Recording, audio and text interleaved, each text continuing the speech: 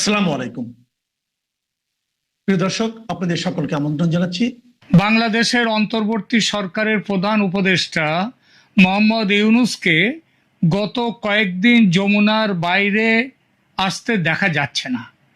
শেষ দেখা গিয়েছিল সম্ভবত জুলাইয়ের 16 বা 17 তারিখে ঢাকায় সেনা দপ্তরের একটি সভায়।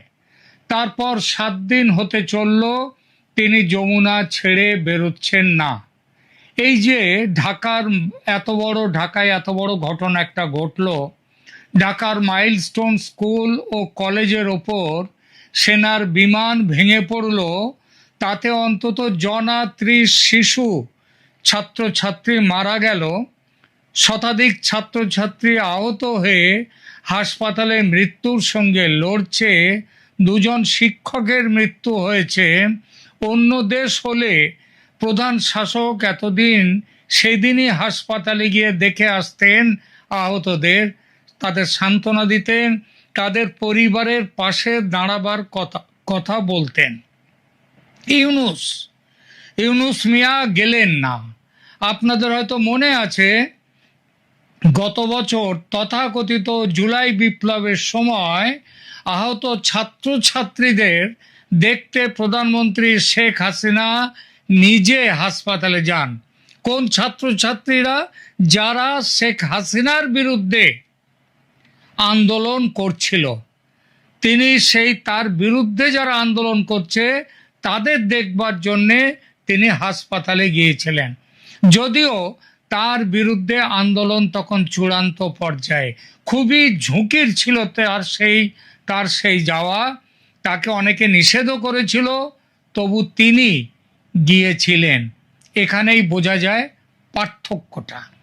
কিন্তু ডক্টর মোহাম্মদ ইউনূস গেলেন না। ভয় পেয়েছেন যেতে? চাঁদাবাজি করতে গিয়ে পাবলিকের খিস্তি খেয়ে লজ্জা পেয়েছেন? দেশটাকে গোল্লায় পাঠিয়ে অনুশোচনা হচ্ছে নিজের, তার জন্য পাবলিকের মুখোমুখি হতে ভয়? যদি তাকে সামনে পেয়ে ফেটে পড়ে রাগে মানুষ, সেই ছবি মিডিয়ার কল্যাণে ছড়িয়ে পড়বে চারদিকে, আর তার শান্তির নোবেলজয়ী ছবিতে কালো দাগ লাগবে, সেই ভয়ে গেলেন না?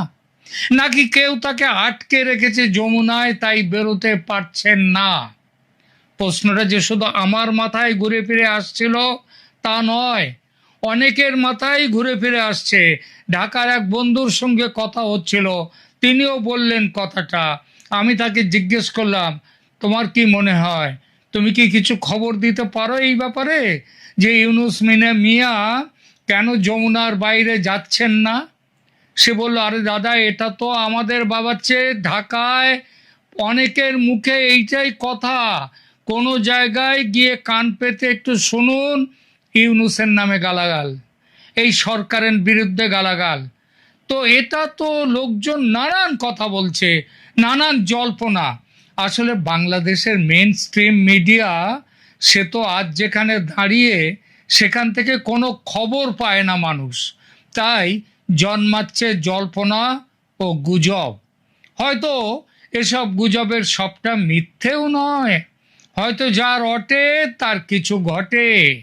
এই রটনা বা ঘটনার ব্যাপারে পরে আসছি, তার আগে বলি এক নতুন ধরনের খোঁজের কথা। যখন কোনো দিকেই কোনো খবর পাচ্ছি না যে ডক্টর মোহাম্মদ ইউনূস এখন কোথায় আছেন, কিভাবে আছেন, তখন আর্টিফিশিয়াল ইন্টেলিজেন্স বা এআই বা কৃত্রিম বুদ্ধিমত্তার তার কাছে গেলাম। এই কৃত্রিম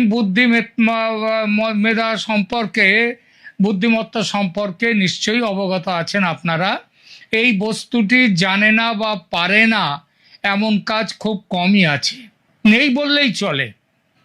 আপনি প্রশ্ন করলে তা সে যে বিষয়ই হোক, দুনিয়া ঘেঁটে 2-4 সেকেন্ডের মধ্যে উত্তর এনে রাখবে আপনার সামনে। এমনকি যেটা ঘটেনি কিন্তু সম্ভাবনা কি, সেই ব্যাপারেও কোন সম্ভাবনাটা সব থেকে বেশি, সেগুলো রাখবে আপনার সামনে। আপনি বেছে নিন, দেখে নিন। দেখতে চাইলাম এই ব্যাপারে অর্থাৎ ইউনূসের যমুনায় লুকিয়ে থাকার ব্যাপারে এআই কি বলছে সেটা জানতে চাইলাম। একাধিক এআই অ্যাপ আমার ডাউনলোড করা আছে। সেখানে গিয়ে যা পেলাম তার সারমর্ম এরকম যে তারা বলছে যে মোহাম্মদ ইউনূস তার বাসভবন যমুনা থেকে বের হচ্ছেন না, তার কারণ হিসেবে জানা যাচ্ছে যে তিনি ব্যক্তিগত কারণে এই মুহূর্তে ব্যস্ত, তাই জনসমক্ষে আসছেন না। তাকে শেষ দেখা গেছে ঢাকায় সেনাবাহিনীর এক অনুষ্ঠানে, এটাও এআই বলে দিল। তারপর থেকে তিনি আড়ালে, আর এই আড়ালে থাকার কারণ ব্যক্তিগত কারণে তিনি বাসভবন যমুনা থেকে বের হচ্ছেন না।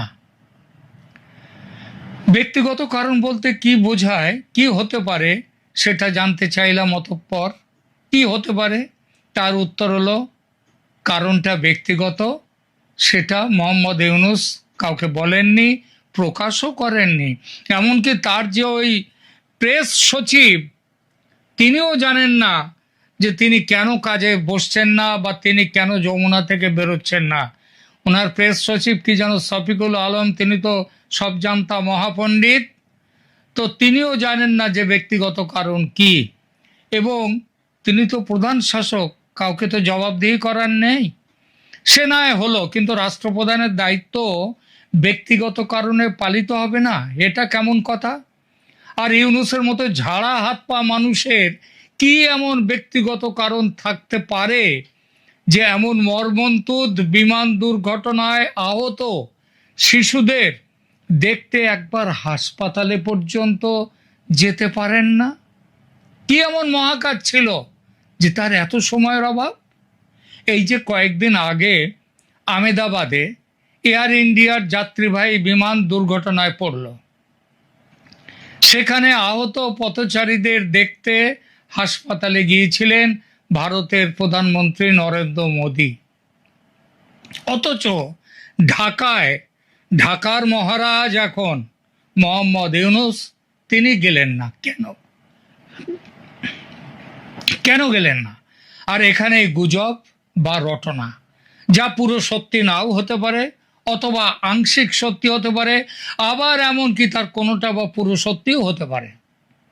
একটু আগে ঢাকার বন্ধুর সঙ্গে ফোনে হওয়া আলোচনার কথাগুলো বললাম। তিনি কয়েকটি সম্ভাবনার কথাও আমাকে বলেছেন। এক, শাসক হিসেবে ইউনূস যে ভয়ঙ্কর রকমে ব্যর্থ, সেটা আজ আর বলার অপেক্ষা রাখে না। বাংলাদেশের একবারে বাচ্চা থেকে বুড়ো সবাই সে খবর জানে। তার ওপর তার যে অসম্ভব গদির লোভ, সেটাও মানুষের জানা। নির্বাচন নিয়ে এই বৃদ্ধ বয়সে মহাপণ্ডিত হয়ে একের পর এক মিথ্যাচার, কখনো বলছেন অমুক দিন, কখনো বলছেন অমুক, কখনো আর এক সময় অন্য কথা, কখনো বলছে আওয়ামী লীগকে নিয়ে ভোট হবে। হ্যাঁ, আজ থেকে কয়েক মাস আগে বলেছিলেন বিএনপি যখন চাইছে আওয়ামী লীগকে নিয়ে ভোট করতে, তখন ভোট হবে, আওয়ামী লীগ থাকবে। তার কিছুদিন পরে তিনি আওয়ামী লীগকে কার্যত তাদেরকে বন্ধ করে দিলেন তাদের কাজকর্ম। তো এই যে নির্বাচন নিয়ে মিথ্যাচার, পদত্যাগের নাটক, মানুষ সব ধরে ফেলেছে ওর নাটক। মানুষ রাগে ফুঁসছে, ওনাকে সামনে পেয়ে যদি সেই রাগের বহিঃপ্রকাশ হয়, সেই ভয়ে নিজেকে আটকে রেখেছেন যমুনায়। কিছুদিন পর পাবলিকের রাগ একটু কমলে আবার তিনি বাইরে আসবেন নতুন কোনো নাটক নিয়ে। এরপর 2 নম্বর সম্ভাবনাটা এলো, সেটি হলো ইউনূস বর্তমানে রয়েছেন জামাত ও এনসিপি দলের নজরবন্দি এবং গৃহবন্দী হয়ে। ইউনূস নিজেকে বড় মাঠের খেলোয়াড় বলেন, ইন্টারন্যাশনাল প্লেয়ার বলেছেন নিজেই নিজেকে। তবু বয়সের তো একটা চাপ থাকে। বুড়া বয়সের ভীমরতি বলে একটা কথা আছে।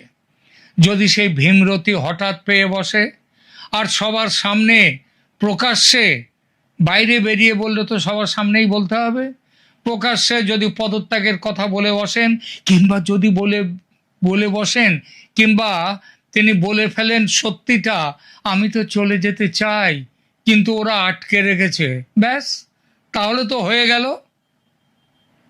সুতরাং আটকে রাখো বুড়ারে। বিয়ে পাগলা বুড়োর বাংলাদেশি সংস্করণ এই গদি পাগলা বুড়ো, তাকে ছাড়া হবে কাজ মিটলে, তার আগে বেরোতে পারবে না। এমনটা যে হতে পারে না তা কিন্তু নয়। বাংলাদেশের রাজনীতিতে ইউনূস একটা পরগাছা। তার পেছনে জনসমর্থন কোনোদিন ছিল না, এখনো নেই।